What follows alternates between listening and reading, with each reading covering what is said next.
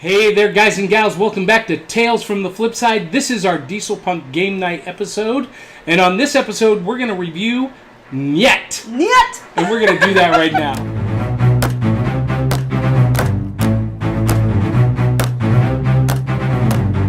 Hey, guys and gals. We are back. We are the power couple of pop culture. The cosplay bombshell, Bewitched Raven. And I am the Dieselpunk prophet of pop culture, Big Daddy Cool, and this is Tales from the Flip Side, our Dieselpunk Game Night episode. We're going to be talking about Nyet.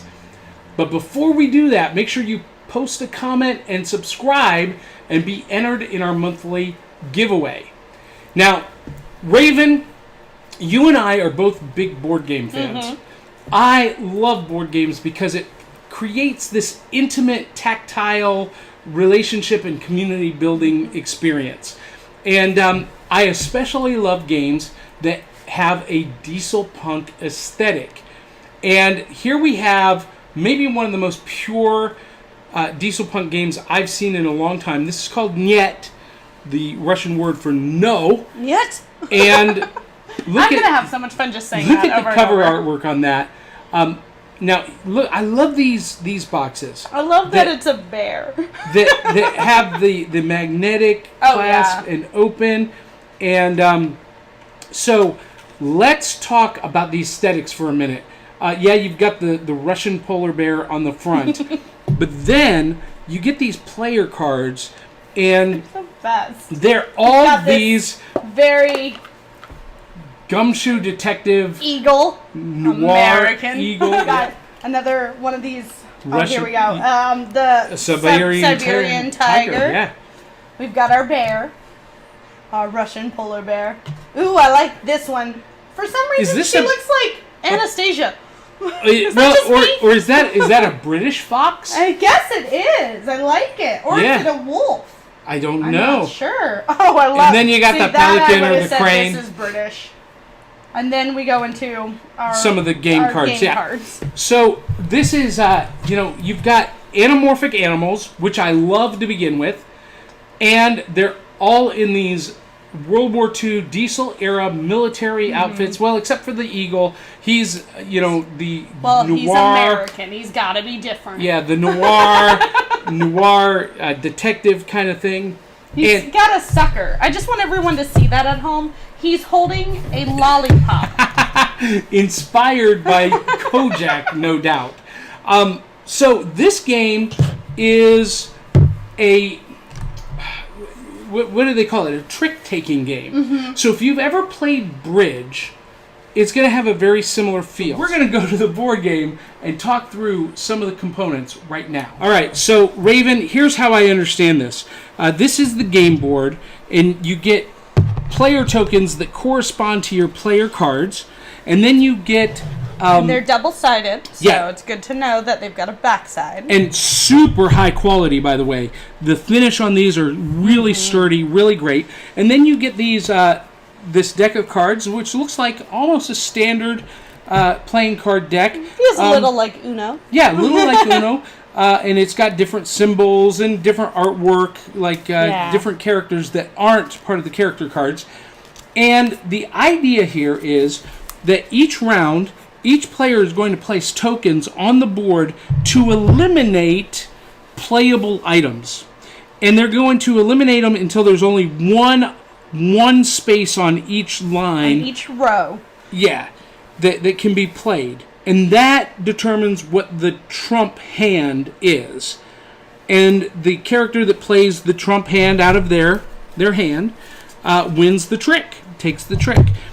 And what's really cool about this is that there's some strategy in that each player, as you go around the board, they lay down a different token in a different place to eliminate items based on the hand that they've been dealt. So, they're going through their hand and they're going, okay, I don't want this, I don't want this, I do want this, and every other player is doing the same thing.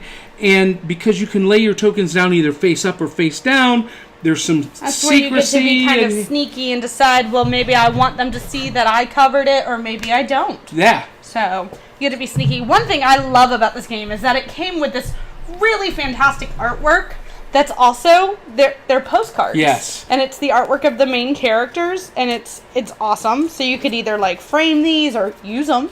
Send a letter. That's something that's dying. Yeah. I would love to be able to get some more of these, and I'll bet you that the publisher, Yellow Games, I bet you can order more of those. Mm-hmm. But Yellow Games is one of my favorite game publishers. They're the ones that do King of Tokyo and Big Book of Madness, and really fun, easy to play games. And we just kind of went through the basic idea here, but there's a lot of strategy involved, a lot of skill. It incorporates the kind of the bridge card player aesthetic, but at the same time with these great characters and you get to scream Nyet. Yes. Of course, that's a great game. Nyet. And then you'll see here that it's a game for 2 to 5 players.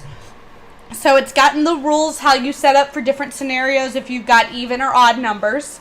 And for ages 10 or older, I feel like that's mostly just because it's got a little bit of kind of thought and that sneakiness, and so I think you've got to be a little bit older of a kid to really feel comfortable in that strategy. So, and it's about a 60-minute game, so it's quick. I think that's quick. I think that's quick, but I play like 4-hour board games. 4-hour board games? Yeah. Oh my goodness. You've never heard of Mansions of Madness? No. Come on. No, look, here's the thing, and longtime fans who've watched my game reviews know that I love games that are easy to learn, quick to play, or quick to learn, easy to play, and are appropriate for all ages, but I typically like a game that is 15 to 30 minutes. Right. I like really quick, fun games that are easily introduced to non-gamer people. See, and I feel like any kind of game that requires a little bit of sneakiness and strategy needs a little bit of time, because you gotta find your footing in that. You gotta play it safe and then be sneaky. So I'm willing to bet. See, we've not played this yet. Raven's gonna take it and play it, and we'll come back and do a follow-up. I have a feeling though that this is one of those games that you play a round or two and it becomes addicting. Yeah. I get that sense, and your non-gamer friends, you can get them involved, suck them in, and by the second round they're like committed.